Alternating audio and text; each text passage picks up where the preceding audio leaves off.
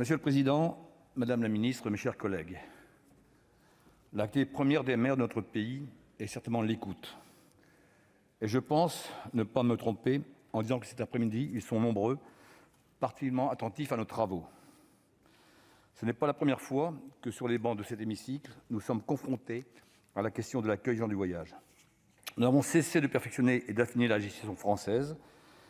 Nous sommes guidés particulièrement par deux volontés majeures: l'amélioration des conditions d'accueil des gens du voyage et un cadre utile pour nos collectivités. La proposition de loi que nous examinons, comme son nom l'indique, a un projet de consolider les outils à la disposition des collectivités. Les dernières discussions sur l'accueil des gens du voyage ont montré des divergences entre nos deux assemblées. Je tiens à préciser qu'il est important de conseiller ce cadre pour qu'il soit efficace et surtout appliqué. Dans mon département du Nord, je compte plus les échanges avec des maires pour qui la loi Besson est vécue comme une tendance à inverser la culpabilité sur les élus. Nous avons essayé de combler quelques lacunes lors des propositions Carl et Hervé adoptées par le Sénat. Force est de constater que nous y revenons. Je soutiens d'ailleurs plusieurs amendements qui partagent à nouveau cet état d'esprit, particulièrement sur la peine aggravée concernant la destruction, la dégradation ou les détériorations d'un bien appartenant à autrui. Je plaide pour une indemnisation rapide lors des dégâts subis durant une occupation illicite de terrain. Il est impensable de voir des terrains de football, des bâtiments dévastés. Il faut que ces dégâts soient réparés rapidement et ne soient pas laissés à la collectivité ou au secteur privé. La proposition de loi règle plusieurs autres problèmes qui me semblent majeurs. Le préfet doit être la pièce maîtresse et faire appliquer la loi.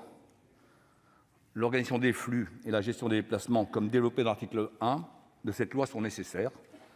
Nous devons être attentifs aux cas de sédentarisation observés, qui peuvent parfois bloquer des aires prévues pour les gens du voyage.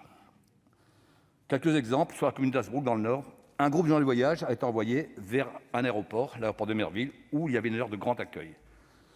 Ils ont refusé de s'installer parce qu'il y avait déjà un autre groupe. Voilà le genre de problème qu'on peut trouver.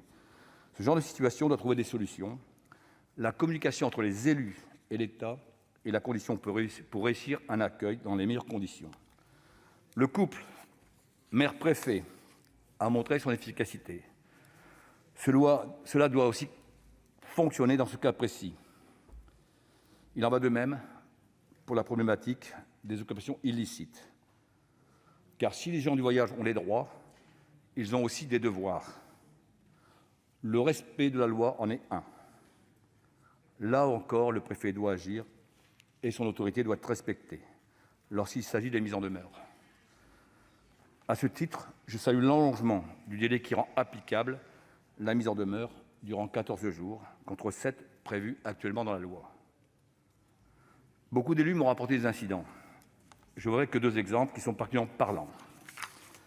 D'abord, sur une commune, la commune de Prémec, un groupe de gens du voyage s'est installé sur un lieu public de la commune. Après le processus, ce groupe a été expulsé après toute la procédure mise en place pour l'expulsion. Le maire n'a pu constater ce retour dans la nuit suivante et au même endroit. Ensuite, sur une commune que je connais bien, la commune de l'Équin, l'aire de grand passage a été occupée avant même d'être terminée. Et ce matin même, les gens du voyage ont été, bien sûr, expulsés après une procédure et, en partant, ont complètement saccagé cette aire de grand passage. Qui paiera les réparations? La collectivité, comme d'habitude. Et je ne leur parle pas des occupations illégales dans les domaines privés, commerciaux, espaces commerciaux, qui ont des parts importantes pour les commerces qui les occupent. Ces situations d'occupation illégale sont inacceptables. Les évictions ne sont parfois pas exécutées dans le temps et la gestion des forces de l'ordre peut être complexe, surtout quand il manque d'effectifs, comme c'est souvent le cas. La situation pour les élus est aussi parfois très dangereuse, et j'en atteste l'agression subie par le maire de Maing en 2020. Mes chers collègues, le texte que nous examinons est important pour nos territoires, ainsi que pour l'accueil des gens du voyage. S'il ne règle pas tout, il apporte une nouvelle fois des pistes de solutions. Mais malheureusement, rien ne peut se concrétiser si la loi n'est pas appliquée. Il y va de la crédibilité des acteurs engagés. C'est pour ça que nous sommes très favorables à cette proposition de loi. Merci. La parole